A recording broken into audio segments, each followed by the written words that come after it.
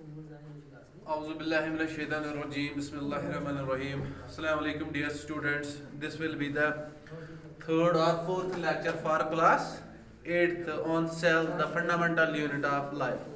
Last lecture में हमने discuss किया था all the cells they are not same, although all the cells they are not same, but usually they share three common structures. Although अगर ये cells वो same नहीं होते हैं, the cells are not same, but they share three common structures. तीन ऐसे structures होते हैं जो हर किसी सेल में common होते हैं. They share three common structures. और वो कौन से थे? पहला हमने बताया था साइटोप्लाज्म या ऐसे plasma membrane,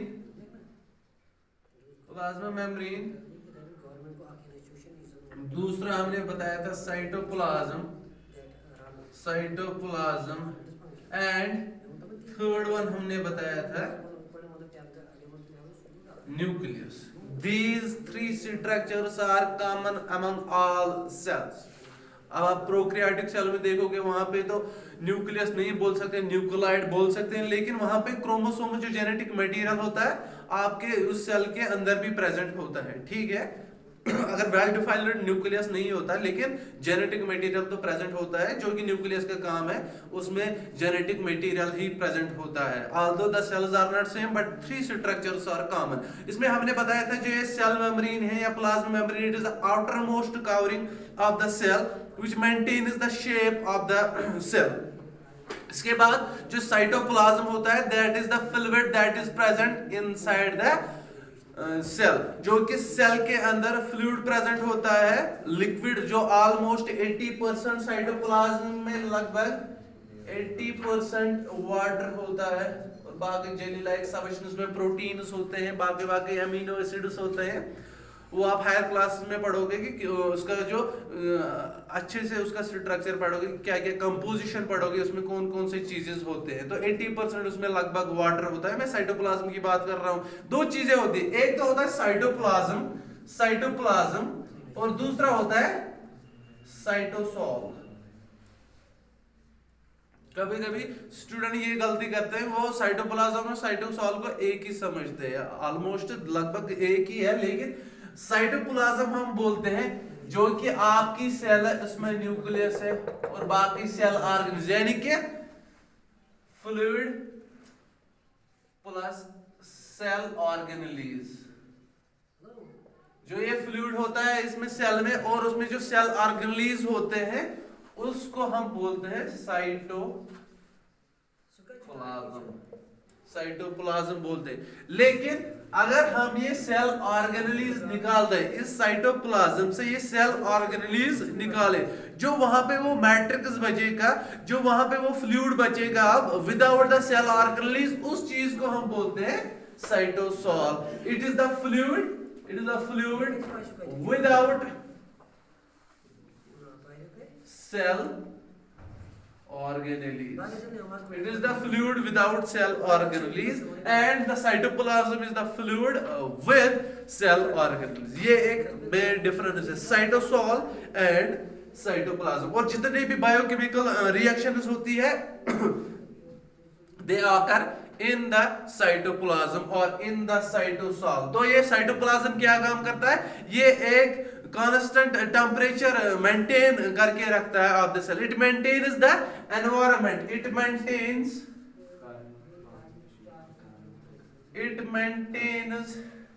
the environment of the cell. इस सेल का एनवायरनमेंट मेंटेन रखता है. और जितने भी अब बहुत सारे, क्योंकि सेल को हम बायोकेमिकल फैक्ट्री भी बोलते हैं, ये एक फैक्ट्री की तरह होता है जिसमें बहुत सारे केमिकल रिएक्शंस या रिएक्शंस होते रहते हैं. उन रिएक्शंस को हम बायोकेमिकल रिएक्शंस बोलते हैं. Those reactions that occur inside the living system are called biochemical reactions. और ये सारी रिएक्शंस लगभग साइटोप्लाज्म में ही होती है. it is the function of the cytoplasm, it maintains a constant environment for the cell.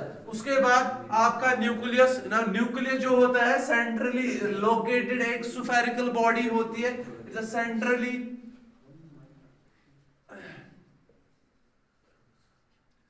located spherical body, centrally located spherical body which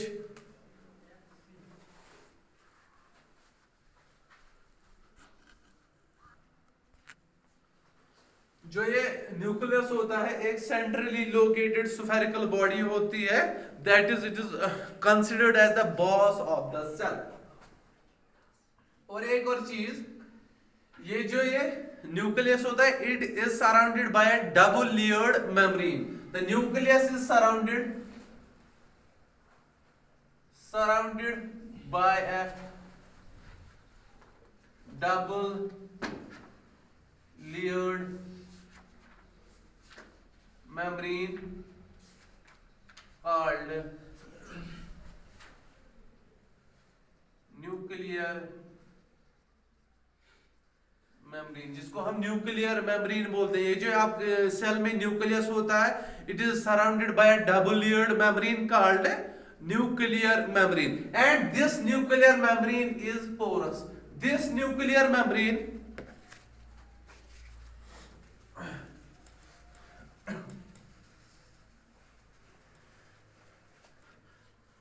This nuclear membrane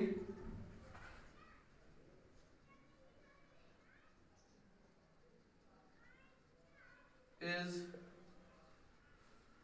porous, यानी कि इसमें बहुत सारे पोर्स प्रेजेंट होते हैं, स्मॉल होल्स प्रेजेंट होते हैं, and these holes are for the exchange of material between the cytoplasm and the nucleus. यानी कि साइटोप्लाज्म से जो मटेरियल जरूरत पड़ता है न्यूक्लियस के अंदर, वहां पे इन्हीं पोर्स के थ्रू वो ट्रांसपोर्ट होता है। These pores are for the transportation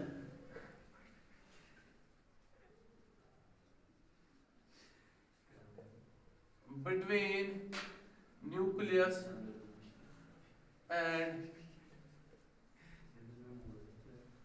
cytoplasm।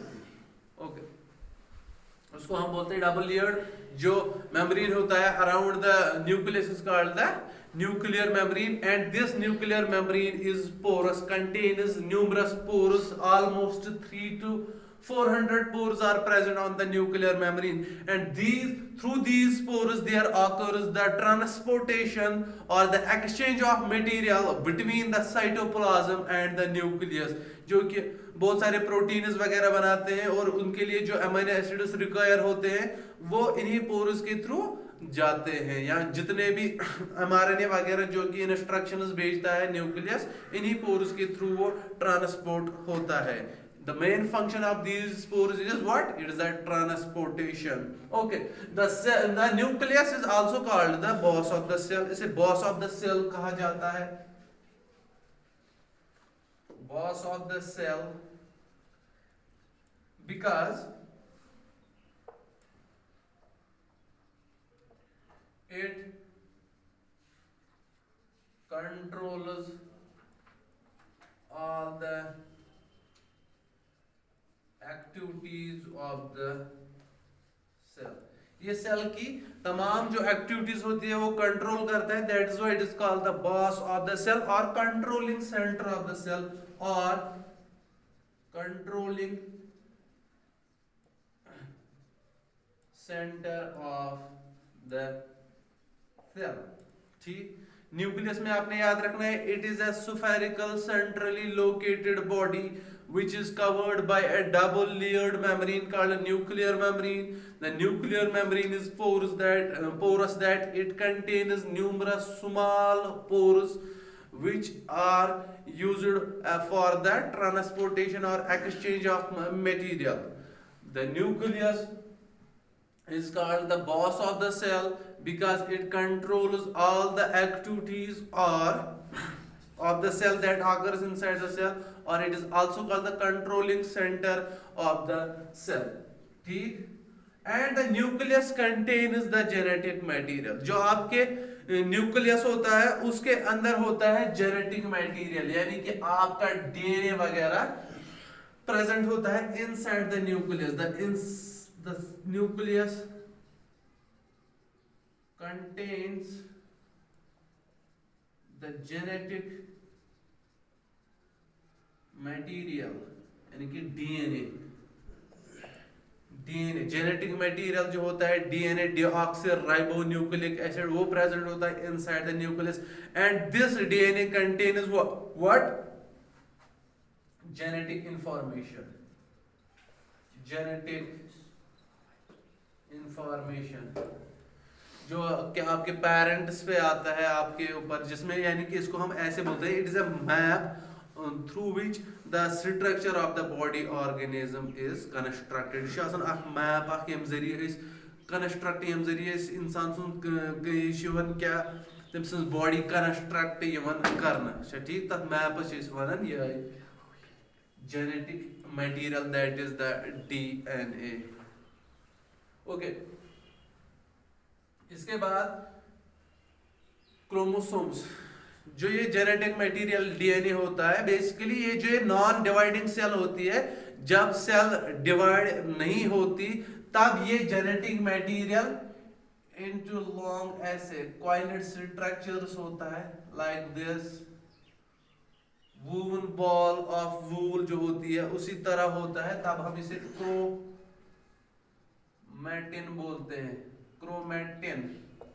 When the cell is non-dividing, the DNA at that stage is called the chromatin।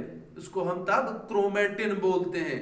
लेकिन जो ही सेल डिवाइड करते हैं, लेकिन जब सेल डिवीजन होता है, एक सेल से दो सेल्स बनते हैं, उस टाइम ये क्रोमैटिन क्या होता है? ये कंडेंस होता है ऐसे स्ट्रक्चर्स में लाइक दिस, जो कि हायर क्लास में पढ़ोगे आप, माइटोसिस, मियोसिस, इसके डिफरेंट फेजेस, ठीक है। लेकिन जब सेल डिवाइड करते हैं, ये क्रोमैटिन शॉर्ट बनता है और उन शॉर्ट स्ट्रक्चर्स को हम तब बोलते हैं क्रोमोसोम्स। क्रोमोसोम्स। अब क्रोमोसोम और क्रोमैटिन एक ही होता है, डीएनए ही होता है। क्रोमैटिन होता है जब नॉन डिवाइडिंग सेल होती है, जब सेल डिवाइड नहीं करती है तब जो डीएनए होता है उसको हम बोलते हैं क्रोमैटिन, क्योंकि वो लॉन्ग कॉइलेड शेप्ड में तब होता है, यानी कि हिस्टोन प्रोटीन से वो ऐसे कॉइलेड बना के होता है like this. And when the cell is about to divide, जब सेल डिवीजन होता है तब ये क्रोमैटिन शॉर्ट बन जाता है। कंडेंसेशन, इसे हम कंडेंसेशन बोलते हैं, तब ये शॉर्ट बनते हैं एंड लाइक दीज स्ट्रक्चर्स, तब हम इनको क्रोमोसोम्स बोलते हैं। क्रोमोसोम्स क्या बताया? Chromo means colour, chromo means colour and soma means body. And soma means body, coloured body, क्योंकि जब हम इनको स्टैन करते हैं, डाई करते हैं, they take highly stain and that is why they are called the coloured body. ये सब आपने न्यूक्लियस के बारे में याद रखना है। Nucleus centrally located spherical body होती है, डबल लेयर्ड मेम्ब्रेन से सराउंड होती है, जिसको न्यूक्लियर मेम्ब्रेन बोलते हैं। And nuclear membrane contains various pores, उन पोर्स के जरिए ही एक्सचेंज ऑफ मटेरियल होता है, ठीक। And inside the nucleus there is present the genetic material. Further जो ये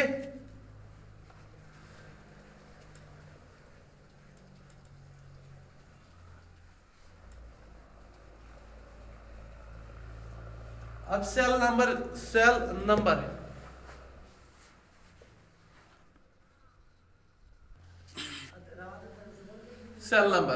मतलब अब हर किसी ऑर्गेनिज्म में सेम सेल नंबर नहीं होता है। Some are unicellular organisms, some are unicellular organisms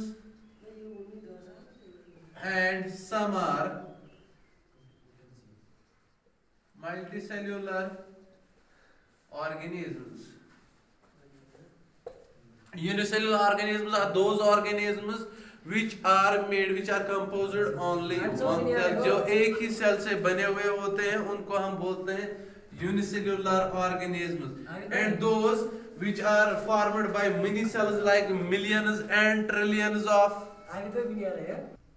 multicellular organisms, many cells लगभग millions and trillions of cells से बने हुए होते हैं, ठीक है। unicellular organisms आप याद रखोगे made up of only one cell like amoeba like paramecium जिनकी बॉडी में एक ही सेल होती है, and multicellular organisms आप कोई भी प्लांट्स वगैरह एनिमल्स ले सकते हो एग्जांपल के तौर पे, ठीक है। और cell shape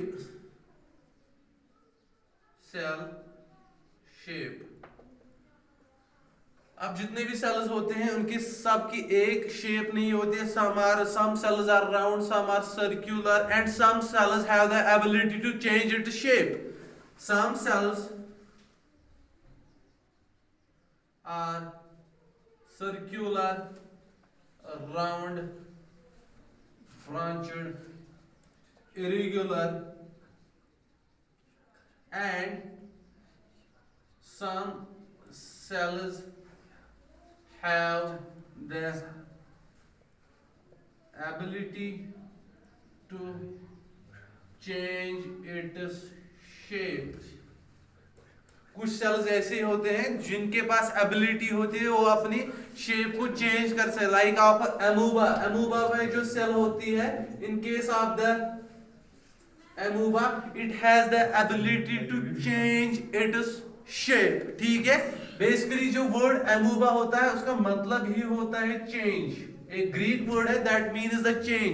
the word amoeba means change, यानी कि ये जो सेल होती है अमूबा में it has the ability to change its shape. And जो आपकी बॉडी में WBCs होती है, व्हाइट ब्लड सेल्स,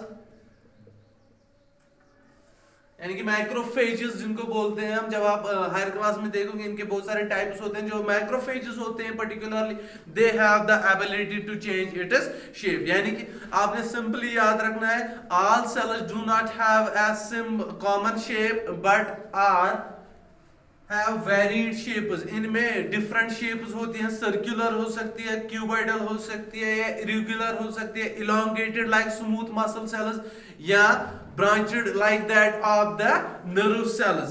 एंड आपने याद रखना है the shape of the cell determines its function. The shape of the cell determines its function, वो इसकी फंक्शन को डिटरमाइन करता है। This was all about the cell, the fundamental unit of life, ठीक है। और जो आपका नेक्स्ट वीडियो होगा इंशाल्लाह उसमें हम दूसरा यूनिट आएंगे जो कि कोल एंड पेट्रोलियम होगा। जब तक के लिए अल्लाह हाफिज, स्टे ब्लेस्ड।